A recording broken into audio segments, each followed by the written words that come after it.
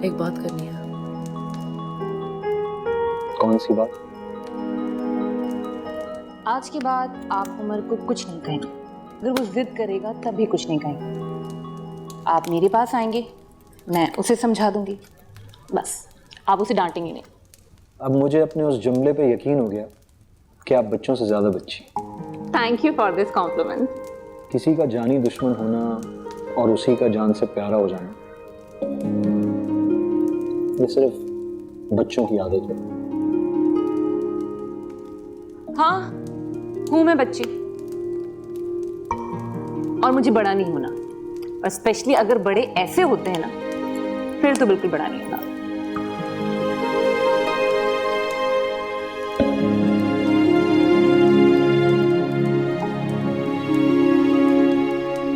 ठीक कहा, बड़ा होना कोई फायदे का सौदा थोड़ी होता है। मगर हालात इंसान को बगैर उससे पूछे, उसकी मर्जी के बगैर बड़ा कर देते हैं। ये पूछना भी गवारा नहीं करते कि भाई साहब, आप बड़ा होना चाहते भी हैं कि नहीं। बिल्कुल इसी तरह सबा की मौत ने मुझे मेरी मर्जी के बगैर, पूछे बगैर,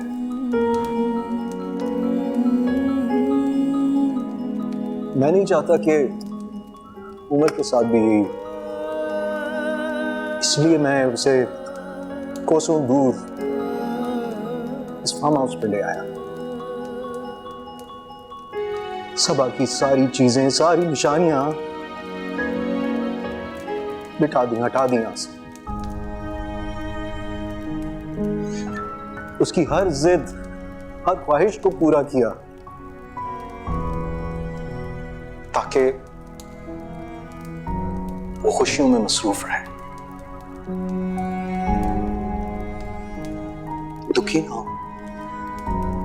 बस यही तो सबसे बड़ी गलती की आपने।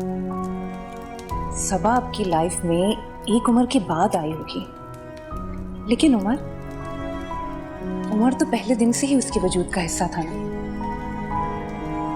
आपको ऐसा क्यों लगा कि उमर को सबा को पूरी तरह भूल जाना चाहिए? हर दुख को भूल जाना मसले का हल नहीं होता। जिंदगी में कुछ दुखों का साथ रहना ही जिंदा रहना सिखाता है। शायद आप सही कह रही हैं।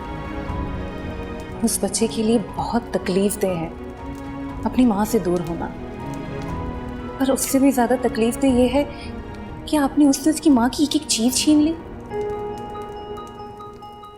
आई am really sorry to say, आप होते कौन है उसे उसकी माँ से दूर करने वाले?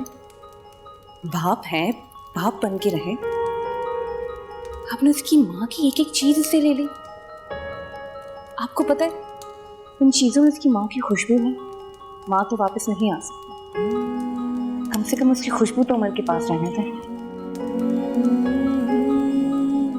मैं भी कितना संगिल, इस एंगल से तो मैंने कभी सोचा ही नहीं आयशा। थैंक यू, बहुत बहुत शुक्रिया।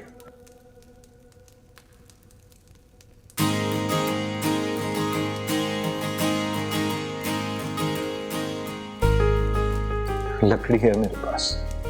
क्या फिर आंसू पहुंचने के लिए दे रही हूँ?